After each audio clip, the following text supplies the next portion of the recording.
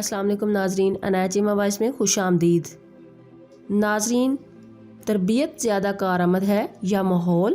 اس حوالے سے میں آپ کے ساتھ سٹوری شیئر کرنے والی ہوں، تو چلیے سٹوری سٹارٹ کرتے ہیں۔ وزیر کی جان پہ بنی ہوئی تھی، فقیر بات ہی نہیں سن رہا تھا۔ آخر طویل منت سماجت کے بعد فقیر نے سر اٹھایا۔ ہاں بول، کیا کہنا ہے؟ وزیر نے ہاتھ جوڑے اور بتانا شروع کیا کہ 1 مہینہ پہلے ہمارے بادشاہ سلامت نے اچانک دربار میں ایک سوال اچھالا کہ کامیاب کردار کے لیے تربیت زیادہ کارآمد ہے یا ماحول؟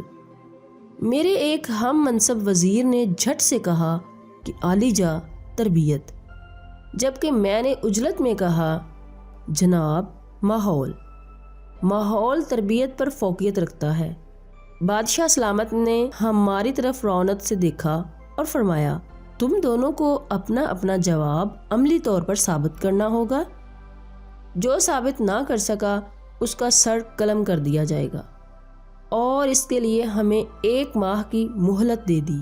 ہم دونوں اپنے جواب کی عملی تعبیر تلاش کرنے میں لگ گئے۔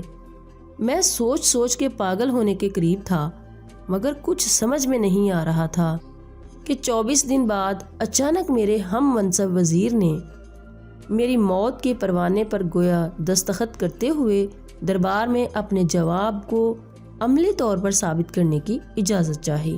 اجازت ملنے پر اس نے دربار میں کھڑے ہو کر تالی بجائی۔ تالی بجتے ہی ایک ایسا منظر سامنے آیا کہ بادشاہ سمیت تمام اہل دربار کی سانسیں سینہ میں اٹک گئیں۔ دربار کے ایک دروازے سے 10 بلیاں منہ میں پلیٹیں لیے، جن میں جلتی ہوئی موم بتیاں تھیں، ایک قطار میں خراما خراما چلتی دربار کے دوسرے دروازے سے نکل گئیں۔ نہ پلیٹیں گریں اور نہ موم بتیاں بجھیں۔ دربار تعریف و توصیف کے نعروں سے گونج اٹھا۔ میرے ہم منصب نے بادشاہ کی طرف دیکھا اور بولا، حضور، یہ سب تربیت ہی ہے کہ جس نے جانور تک کو اس درجہ نظم و ضبط کا عادی بنا دیا۔ بادشاہ نے میری جانب دیکھا۔ مجھے اپنی موت سامنے نظر آ رہی تھی۔ میں دربار سے نکل آیا۔ تبھی ایک شخص نے آپ کا نام لیا کہ میرے مسئلے کا حل آپ کے پاس ہی ہو سکتا ہے۔ میں 2 دن کی مسافت کے بعد یہاں پہنچا ہوں۔ دی گئی مدت میں سے 4 دن باقی ہیں۔ اب میرا فیصلہ آپ کے ہاتھ میں ہے۔ فقیر نے سر جھکایا اور آہستہ سے بولا، واپس جاؤ اور بادشاہ سے کہو کہ 30ویں دن تم بھرے دربار میں ماحول کی افادیت ثابت کرو گے۔ مگر میں یہ تو کبھی بھی نہ کر سکوں گا، وزیر نے لاچاری سے کہا۔ آخری دن میں خود دربار میں آؤں گا، فقیر نے سر جھکائے ہوئے کہا۔ وزیر مایوسی اور پریشانی کی حالت میں واپس دربار چلا آیا۔ مقررہ مدت کا آخری دن تھا۔ دربار کھچا کھچ بھرا ہوا تھا۔ وزیر کا دل زور زور سے دھڑک رہا تھا۔ سب کی نظریں بار بار دروازے کی طرف اٹھتی تھیں کہ اچانک ایک مفلوق الحال شخص اپنا مختصر سامان کا تھیلا اٹھائے دربار میں داخل ہوا۔ بادشاہ کی طرف دیکھا اور بولا، وقت کم ہے، میں نے واپس جانا ہے۔ اس وزیر سے کہو تربیت کی افادیت کا ثبوت دوبارہ پیش کرے۔ تھوڑی دیر بعد ہی دوسرے وزیر نے تالی بجائی اور دوبارہ وہی منظر پلٹا۔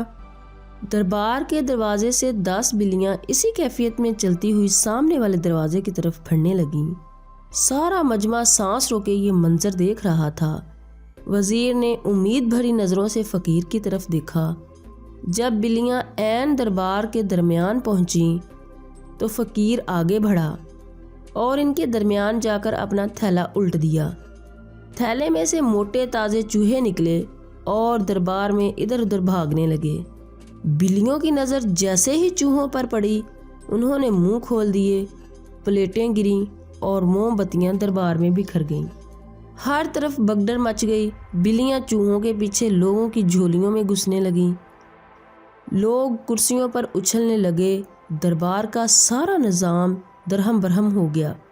فقیر نے بادشاہ کی طرف دیکھا، بولا، آپ کسی جنس کی جیسی بھی اچھی تربیت کر لیں، اگر اس کے ساتھ اسے اچھا ماحول فراہم نہیں کریں گے تو تربیت کہیں نہ کہیں اپنا اثر کھو دے گی۔ کامیاب کردار کے لیے تربیت کے ساتھ ساتھ بہتر ماحول بے حد ضروری ہے۔ اس سے پہلے کہ بادشاہ اسے روکتا، فقیر دربار کے دروازے سے نکل گیا۔ ہمارے ہاں ساری ذمہ داری استاد کی تربیت پر ڈال دی جاتی ہے، گھروں کا کیا ماحول ہے اس طرف کوئی توجہ نہیں دی جاتی۔ تو ناظرین، امید ہے یہ کہانی آپ کو پسند آئی ہوگی، اور اگر پسند آئی ہو تو اسے لائک اور شیئر ضرور کیجیے گا۔ میرے چینل کو سبسکرائب کرنا مت بھولیں، ساتھ لگے بیل کے بٹن کو پریس کر لیں۔ ناظرین، اپنا خیال رکھیے گا، نئے چمک کو دعاؤں میں یاد رکھنا۔ اللہ حافظ۔